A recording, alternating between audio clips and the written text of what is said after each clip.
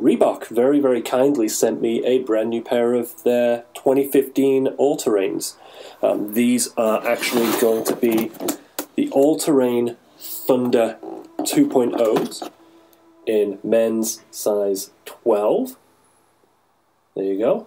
So we're going to take a look at these and see what they're like and just compare them to the All-Terrains from last year.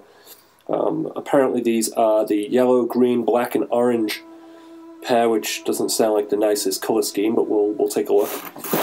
I've actually not opened these yet. I haven't even looked at the shoe, so this is fresh, straight from Reebok, and we'll see what they look like. So, standard Reebok packaging, as you'd expect. Open it up, you have a QR code in the top there, and the shoes are wrapped. So if we unfold the paper, bring out the shoe itself, it's definitely different to last year's shoe. So let's bring them both out and get rid of the box. So 2 shoes. Anything else in the box? Nope, and the box is complete. So let's get rid of that and take a look at what we've got. So, if you remember last year's All-Terrain, it was very minimal. It was designed to be very minimal. The upper here was a mesh.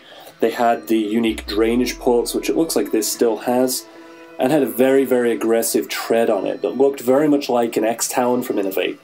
These look very different. Now, I don't have any marketing material on this. I haven't got anything to tell you what it's got, but what I do know from talking to Reebok in some product testings that we did with them, this upper, they have it branded as terrain skin, just like last year's All-Terrain. They got names on everything, but I already know that this upper is a much more flexible fabric. One of the problems with last year's All-Terrain was that they weren't very durable. A lot of the points where plastic met the mesh started to break the mesh, and this doesn't really have any of that. It's pretty sealed the whole way around. There's no plastic liners, there's no webbing over this. It's all one smooth mesh, but it's treated, so I suspect that's going to keep a lot of water and a lot of junk out of the shoe. It's actually quite nice, I like that. The toe box is a molded rubber, but it's really smooth up into the mesh. And the very tip there, I don't know if you can see that, that has the potential to come loose. We've seen that on some of the shoes, but it looks pretty good. Obviously, the signature All-Terrain feature, that's something that Reebok has done that nobody else really does, is this H2O drain. This is the bit where if you get water in your shoe, which happens in an OCR, you get water in your shoe all the time, it's going to drain right out of the toe box at the front there. That looks about the same as last year. That's going to be pretty good. Now, I haven't even put these on yet, but from feeling it, these are definitely less minimal than last year's shoe, considerably less so. So if I pull this paper out, they're fairly light, but I wouldn't call them really, really light. They definitely don't feel minimal like the All-Terrains from last year's did. They're flexible at the front. They have this gap across here. What does that say? 7% dynamic biomechanics 12.9 or 70% dynamic biomechanics 12.9. I have no idea what that means. I'll have to look it up. The tread doesn't look anywhere near as aggressive as the All-Terrain from last year, but this channel down the middle, I bet that's gonna, I don't know, that might get gunked up with mud. One thing the All-Terrain had last year was the grip on the rear was reversed, so these pointed forwards for gripping where you went uphill, these pointed towards the toe box for gripping when you went downhill. It has this grip stop on the back, a little notch at the back there, foam fusion branding. This definitely has a heel raise in it. That may or may not be what people like. Another big new feature is the lacing. Oh wow, this is completely different. So the lace, let's see. The lace is similar to Salomon X crosses, speed crosses. These are the speed lacing. I'm not a big fan of those on the Salomon fell raisers I have. we'll have to wait and see how they feel on this. This rope is not very elastic, so you're going to be able to cinch it down tightly. The tongue is really thin, but it has a liner in it. It's got Velcro at the top, which I suspect, yep, is to hold the tongue down. Yeah, so that... the tongue itself isn't attached, but it has this black material here, this black rubber coming in from the lacing, that's going to stop a lot of stone and dirt and debris getting in. I don't know if you can see that. Let me see if my camera will focus. There. So that's got a rubber or a, I don't know, a plastic, soft plastic mesh that, or attachment to the mesh that comes over the little lace hooks here and then attaches to the tongue, to the middle. So that's going to keep a lot of the junk out. It only attaches at the top, but it's going to help. It's like a little gaiter for the tongue. I'm not quite sure why it has this double tongue arrangement though. Let's see if I can show that on screen.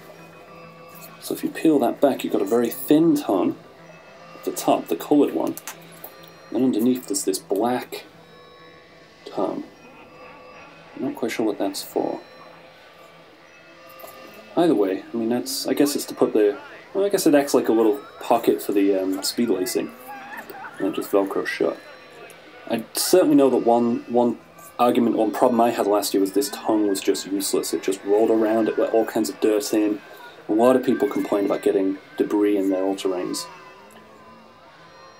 Not sure what else to say about it. It's definitely not as minimal. I mean, it's pretty rigid other than the toe box down here, but in a way, I don't mind that. That's going to give you a lot of protection on the rocks, and the tread isn't as aggressive. That's going to have to be tested. I'll see how I feel about that. I'm not sure why it has all these notches in it. I'm going to find some marketing material and see what all of these different things are. And I might update this video or publish a review on the website. The colour scheme isn't as horrendous as I was expecting. When it read it on the box, it sounded pretty gross. But there we go. I mean, that's the new Reebok all-terrain. We'll see what it does. I imagine, like last year, they had the sprint and the speed variant of the all-terrain that were minimal and less minimal, and then they also had, I forget the name, but they had a heavier duty all-terrain that relatively famously Hunter McIntyre used to talk about. He wore those because they offered him more protection than the minimal, and the weight difference was negligible. But these, they didn't have like the H2O drain. So maybe this is some kind of crossover between that heavier Outdoor Wild series, that's what it was called, the Outdoor Wild. Maybe this is a crossover between the Outdoor Wild and the all-terrain, and it's a heavier, more padded shoe. I haven't tried it on yet to know what the fit is like. I'm going to do some test wearing, and when I publish this video, I'll include my first thoughts and feelings about it. I'll wear it around. It's snowy here in New England right now, so I won't be able to hit any trails, but I can wear it in the snow and, you know, the old supermarket grocery store test, and we'll see how they feel for comfort. So I just unboxed all the Reebok new all-terrain, the Thunder 2.0, and what I'm going to do now is just show you what it looks like and how it sizes in comparison to a couple of other popular shoes. I don't have an Innovate X Talon. I used to have those, but I don't anymore. But I do have an Innovate Trail Rock 245, which is a lighter weight, or a heavier shoe than the X Talon, and its tread isn't quite as aggressive as the X Talon was. But it's a decent shoe. I know a lot of people wear these, especially for people not racing on mountains. So first of all, if we pick them up, and I'm going to do this and see if I can keep the focus in the camera good. I'll put them heel to toe. It's pretty clear the Reebok is a bit longer already than the Innovate. And these are both size 12 men's. And for toe box size, these are both left. They're pretty comparable. I have fairly wide, flat feet, and these Trail Rocks have been beat to hell. So I don't know if you can see that particularly well, but the Reebok is a little narrower. But it doesn't really feel that way when I'm wearing it. It actually feels pretty good to be wearing. But the Innovate is definitely a more low-profile shoe. And because it uses mesh, it's a softer, more flexible fit. than the more plasticky coated mesh that this new Reebok is using. So another popular shoe is the Salomon Fellraiser. This is the minimal Salomon. This is the one that's less minimal. It's more minimal than the Speedcross 3s, which are very popular. But when you compare it to, say, an Innovate X Town, it's certainly not a minimal shoe. But again, just putting it alongside this new Reebok, just to kind of give you an idea of its size. They're both size 12s. The Reebok, again, it's still a little narrow, a little more pointy at the front, a little longer in the foot, and a little taller up here on the top. And that's because it has a much thicker sole than any of these guys, so there's more volume up here. These guys also have the similar lacing systems. The one thing I really dislike about the Salomon is that this speed lacing slides a lot. So when I'm running, this comes down and the shoe gets loose. We'll find out if that does the same thing. But again, when you compare them, the toe boxes, still fairly nice and wide on the Reebok there.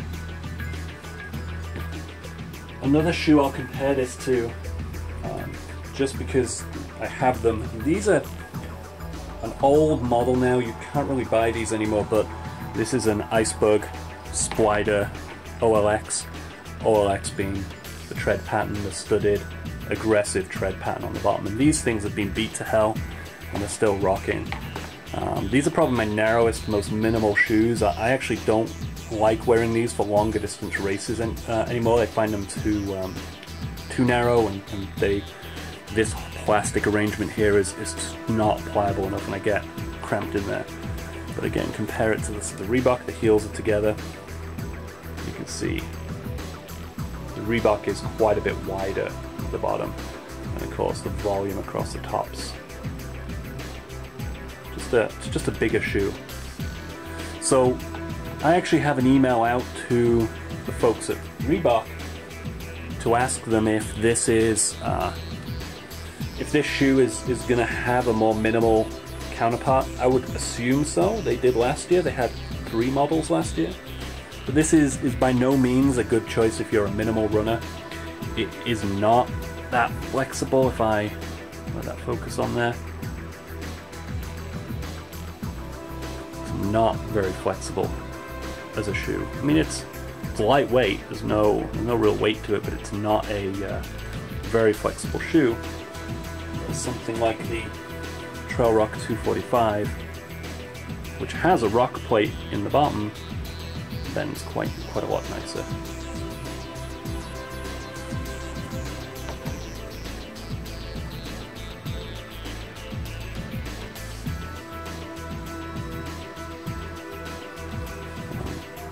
As I said, I have wide flat feet, and I've been wearing these quite a bit this morning, and they actually feel pretty good. But I don't know that they're the most aggressive shoe on the market.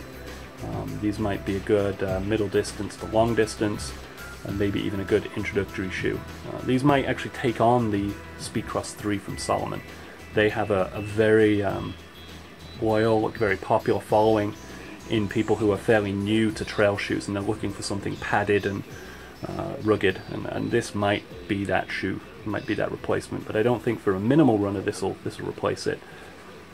I like it though. I think it's going to have a good purpose. It's going to be a good lightweight trail shoe, a good light trail shoe. I wouldn't want to go in the wouldn't want to go on something too messy in it, but it's certainly so far so good. I have not run in a trail yet. We'll find out more when I do that.